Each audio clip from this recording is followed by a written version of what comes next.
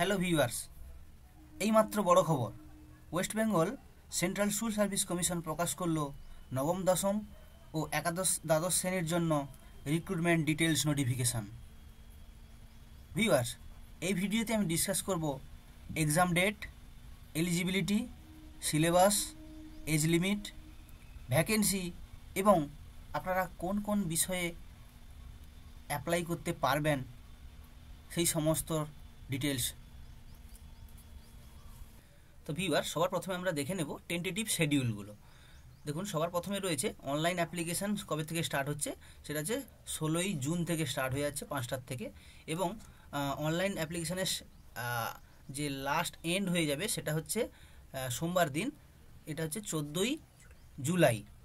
R last date of application receive fees, যেটা fees জমা দেওয়ার শেষ ডেট হচ্ছে সেটা হচ্ছে ওই 14ই জুলাই 12টা।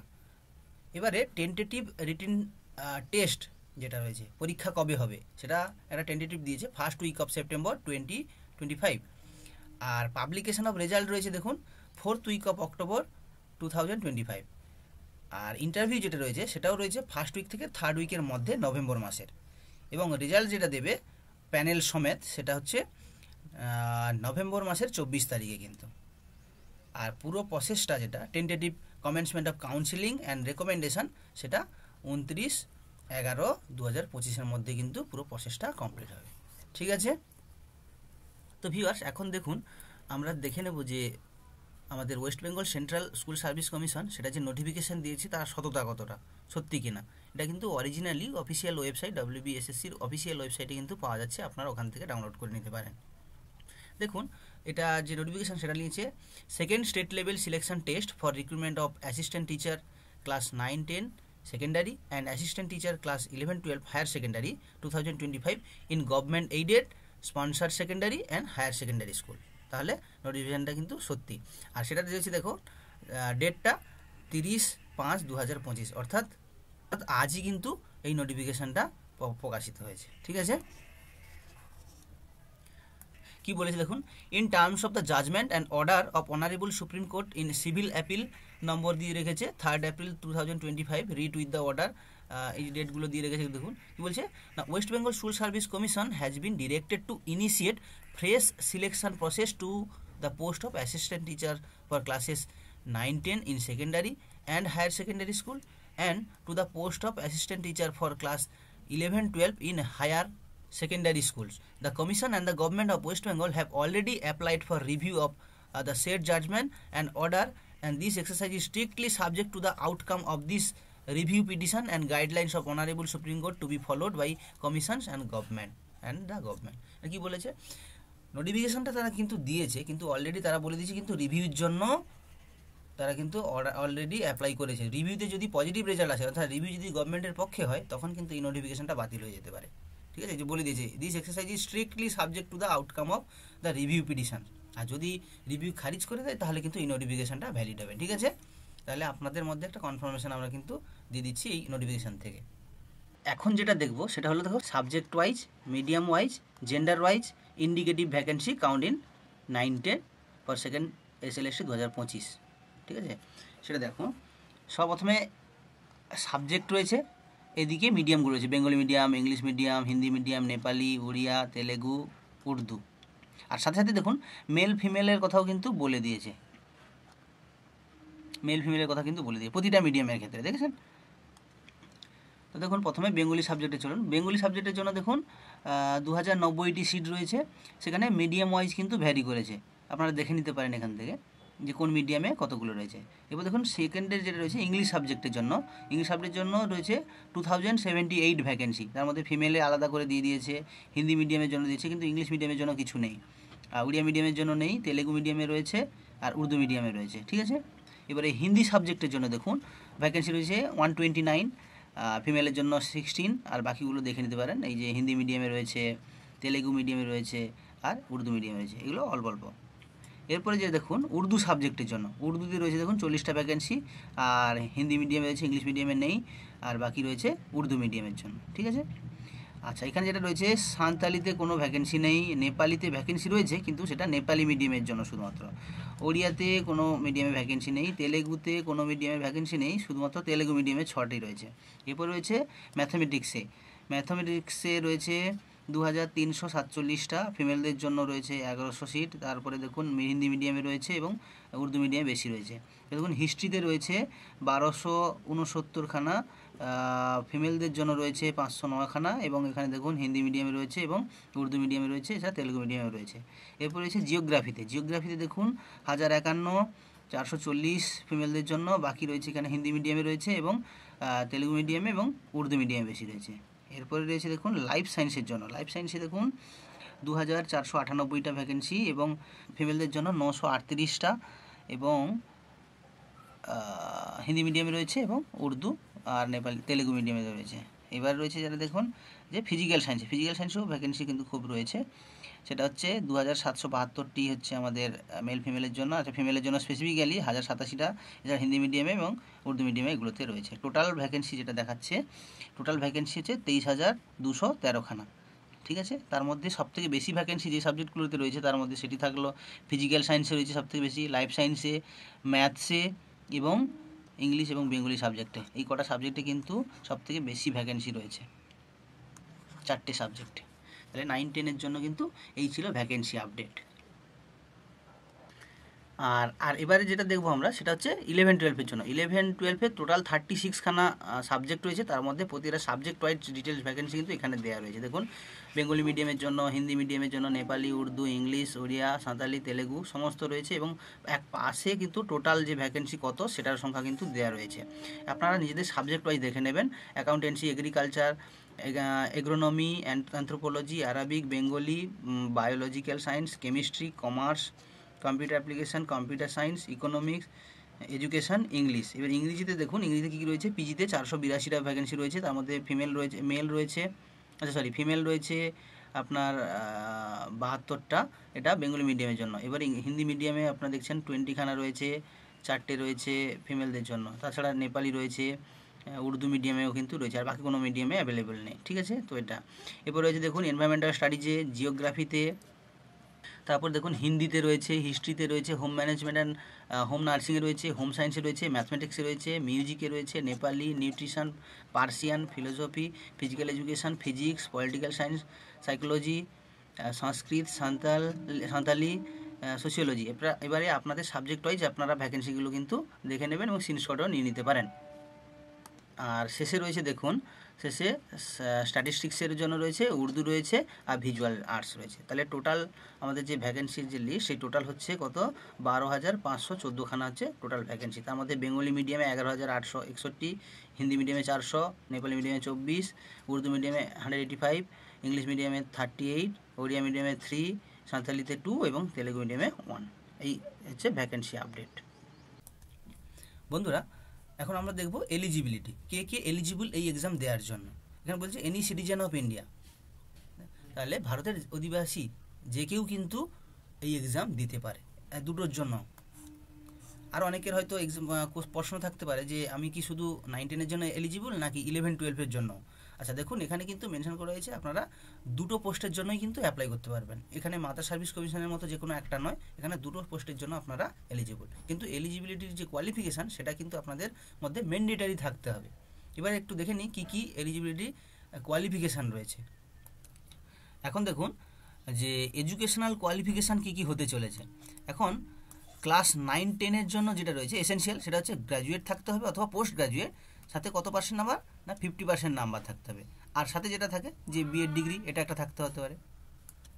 সাথে রয়েছে দেখুন 4 years degree of BA, BEd, BSc from any National Council for Teachers Education recognition institution, এটা থাকলেও কিন্তু আপনারা এলিজিবল। আর এখানে এজ লিমিট দিয়ে রেখেছে দেখুন, মিনিমাম 21 ইয়ার্স আর ম্যাক্সিমাম 40। আর এজ রিল্যাক্সেশন রয়েছে 5 বছরে, সেটা কাদের জন্য, এসটি, এসসি, এসটি ক্যান্ডিডেটদের জন্য। আর 3 ইয়ার্স রয়েছে ব্যাকওয়ার্ড ক্লাসেস, আর 8 ইয়ার্স রয়েছে ফিজিক্যালি হ্যান্ডিক্যাপ ক্যান্ডিডেটদের জন্য। এটা হচ্ছে 9-10-এর জন্য। আরও একটা জিনিস দিয়ে রেখেছে দেখুন, যে 5% মার্কসের কিন্তু এডুকেশনাল কোয়ালিফিকেশনের রিল্যাক্সেশন রয়েছে, ওটা রিজার্ভ ক্যান্ডিডেটদের জন্য। ঠিক আছে এটা। আর এজ লিমিটটা দেখুন, এটা 1 জানুয়ারি 2025 অনুযায়ী কিন্তু ধরা হবে যে আপনার এজ লিমিট 40 হয়েছে কিনা। আর একটা জিনিস, যেটা যারা 2016 সালের প্যানেল ক্যান্ডিডেট ছিলেন, যারা 16 সালের অ্যাপ্লিক্যান্ট ছিলেন, তাদের কিন্তু একটা এজ রিল্যাক্সেশনের কথা বলা হয়েছে, যেহেতু সুপ্রিম কোর্টের যে অর্ডারটা হয়েছিল 3/4/2025-এ, সেই অনুযায়ী কিন্তু এখানে এজ রিল্যাক্সেশনের কথাটাও কিন্তু বলা হয়েছে। এখন দেখুন 11-12 অথবা একাদশ দ্বাদশের যে টিচার, তাদের কী কী কোয়ালিফিকেশানটা লাগবে। তাদের থাকবে পোস্ট গ্র্যাজুয়েশন উইথ 50% মার্কস, আর সাথে এনসিটির যে কোনো বিএড কলেজ থেকে একটা বিএড ডিগ্রি থাকতে হবে, এটা থাকতে পারে। আর সাথে হতে পারে অথবা পোস্ট গ্র্যাজুয়েটেড ডিগ্রি 50% এবং এনসিটি রিকগনিশন ইনস্টিটিউশন থেকে একটা বিএড থাকতে হবে। তাহলে মোট কথা এখানে পোস্ট গ্র্যাজুয়েশন 50%-এর সাথে বিএড ডিগ্রি থাকাটা বাধ্যতামূলক। এখানেও সেম এজ রিল্যাক্সেশনের ক্ষেত্রে আগের যা, নবম দশমের যা, একাদশ দ্বাদশেরও কিন্তু তাই। আর সেই একই রকম এডুকেশনাল কোয়ালিফিকেশানের 5% রিল্যাক্সেশন কিন্তু সেই রিজার্ভ ক্যান্ডিডেটদের জন্য রয়েছে। এছাড়া এজ লিমিট যেটা, সেই এজ লিমিটও কিন্তু 1 জানুয়ারি 2025 অনুযায়ী 40 বছরের মধ্যে হতে হবে।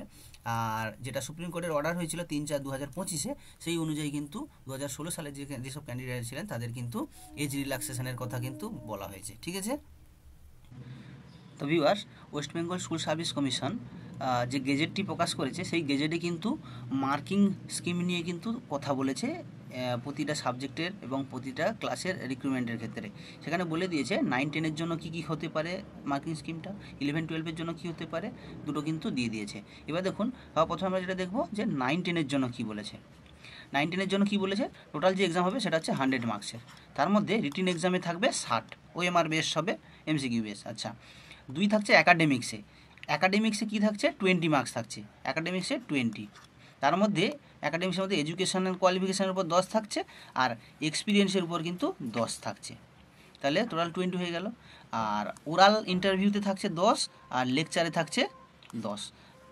তো এটা হলো তাহলে 40 টোটাল। তাহলে রিটেনে থাকছে 60 এবং বাকিগুলোতে থাকছে 40, টোটাল 100 মার্কসের কিন্তু এক্সাম। এখানে যে অ্যাকাডেমিক্স রয়েছে 20 মার্কসের মধ্যে, এবার আপনাদের অনেকে কোশ্চেন যে টিচিং এক্সপিরিয়েন্স এবং এডুকেশনাল কোয়ালিফিকেশানের ভাবে কীভাবে মার্কসটা ডিস্ট্রিবিউশন হয়েছে। সেখানে দেখুন এক্সপিরিয়েন্স যেটা বলেছে না, এক্সপিরিয়েন্সে কেমনভাবে হয়েছে যে আপনাকে সেকেন্ডারি লেভেলের যে কোনো গভর্নমেন্ট এবং গভর্নমেন্ট এইডেড অথবা গভর্নমেন্ট স্পন্সার স্কুলে কী করতে হবে, এক্সাম করতে হবে, এবং প্রতি বছরে আপনার এক্সপিরিয়েন্সের জন্য 2 মার্কস করে কিন্তু কাউন্ট করা হবে। এবারে ম্যাক্সিমাম তাহলে 5 ইয়ার্সের উপর তাহলে কত হবে, 10 মার্কস হতে পারে। ঠিক আছে এটা। আর একাডেমিক কোয়ালিফিকেশান যেটা রয়েছে সেটা কেমনভাবে ওয়েটেজটা হবে, 60% অ্যাপ থাকলে আপনি 10 মার্কস পাচ্ছেন, 60% থেকে 50% থাকলে আপনি এর মধ্যে থাকলে 8 মার্কস পাচ্ছেন, এবং 50%-এর নিচে যদি থাকে আপনি 6 মার্কস পাচ্ছেন। ঠিক আছে, এখানে হলো অ্যাকাডেমিক্সে এটা।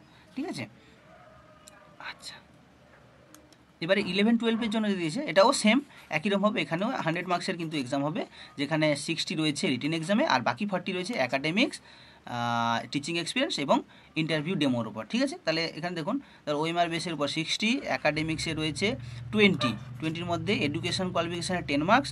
সেখানেও সেম পদ্ধতি, 60%-এর উপরে থাকলে আপনি 10 মার্কস পাবেন, 60% থেকে 50%-এর মধ্যে থাকলে আপনি 8 মার্কস পাবেন, এবং বিলো 50% থাকলে 6 মার্কস পাবেন। ঠিক আছে, এখানে টিচিং এক্সপিরিয়েন্সে দেখুন, টিচিং এক্সপিরিয়েন্সে 10 মার্কসের কথা বলা হয়েছে। এবার টিচিং এক্সপিরিয়েন্সে কোথায় থাকতে হবে আপনাকে, না এখানে বলছে সেকেন্ডারি লেভেল স্কুলে, এর কোথায় আবার গভর্নমেন্ট এবং গভর্নমেন্ট এইডেড অথবা গভর্নমেন্ট স্পন্সার স্কুলে কিন্তু থাকতে হবে আপনাকে। সেখানে প্রতি ইয়ারের 2 মার্কস অনুযায়ী কিন্তু আপনার পুরো মার্কসটা কাউন্ট হবে। এছাড়া রয়েছে ওরাল ইন্টারভিউতে 10 মার্কস, আর লেকচার আর ডেমনস্ট্রেশনে কিন্তু 10 মার্কস কিন্তু দেওয়া হবে। ঠিক আছে, এই হলো 11-12-এর জন্য মার্কস ডিস্ট্রিবিউশন। তো ভিউয়ার্স, এখন আমরা দেখব অ্যাপ্লিকেশান ফিজ কি হবে এবং আপনারা কোন মিডিয়ামের জন্য কটা সাবজেক্টে অ্যাপ্লাই করতে পারবেন সেটা দেখুন। প্রথমে ফিজটা আমরা দেখে নিই। 9-10-এর পরীক্ষার জন্য বা নবম দশমের এক্সামের জন্য জেনারেল এবং ওবিসি ক্যান্ডিডেট হলে আপনাকে 500 টাকা দিয়ে কিন্তু অনলাইনের ফর্ম ফিল আপ করতে হবে।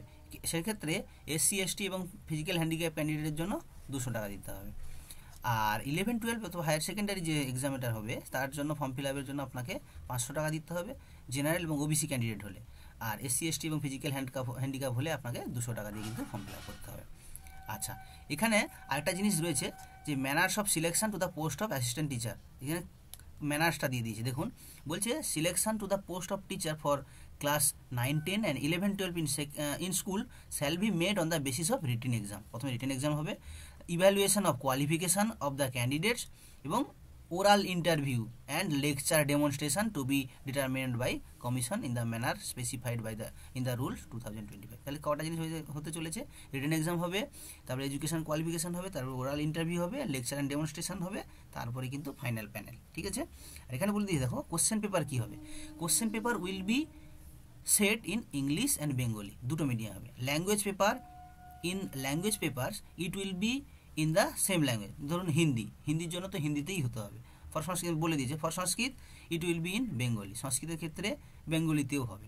আরেকটা জিনিস বলেছে দেখুন, যে candidates will be allow to apply under any one medium of instruction for the post of assistant teacher 9, 10, 11, 12, যে আপনারা একটা মাত্র মিডিয়ামের জন্য অ্যাপ্লাই করতে পারবেন। এখানে একটু কনফিউশন থেকে যেতে পারে সবার, যে আমি তাহলে কি 9, 10 জন্য শুধু অ্যাপ্লাই করতে পারবো নাকি 11, 12 জন্য। আপনাদের একটা কথা বলে রাখি, আপনারা দুটো ক্ষেত্রে অ্যাপ্লাই করতে পারবেন, 9, 10 এবং 11, 12 ক্ষেত্রে। কিন্তু এখানে আপনারা একটা মাত্র মিডিয়ামের জন্য অ্যাপ্লাই করতে পারেন। আপনি বাংলা করলে বাংলা, ইংরেজি করলে ইংরেজি, হিন্দি করলে হিন্দি, উর্দু করলে উর্দু, যে কোনো একটা মিডিয়ামের জন্য কিন্তু দুটো পোস্টে অ্যাপ্লাই করতে পারবেন, নবম দশমের জন্য এবং একাদশ দ্বাদশের জন্য। ঠিক আছে বন্ধুরা, লাস্ট যেটা বলবো সেটা হচ্ছে যে নবম দশমের যে বা একাদশ দ্বাদশের যে এক্সামটা হতে চলে তার সিলেবাসটা কী হতে চলেছে। দেখুন এখনও অবধি ওয়েবসাইটে কিন্তু কোনোরকমভাবে সিলেবাস নিয়ে আপডেশন নেই। আপনারা আমার ইউটিউব চ্যানেলের সাথে অথবা এসএসসির মেন ওয়েবসাইটের সাথে কিন্তু যুক্ত থাকতে পারেন, সেখান থেকে আপডেটেড সিলেবাস সম্পর্কে সম্পূর্ণ তথ্য কিন্তু আপনারা পেয়ে যাবেন। আপনারা দেখতে থাকুন, লাইক, শেয়ার এবং সাবস্ক্রাইবের মধ্য দিয়ে চ্যানেলটিকে এগিয়ে নিয়ে যেতে সাহায্য করুন। ধন্যবাদ।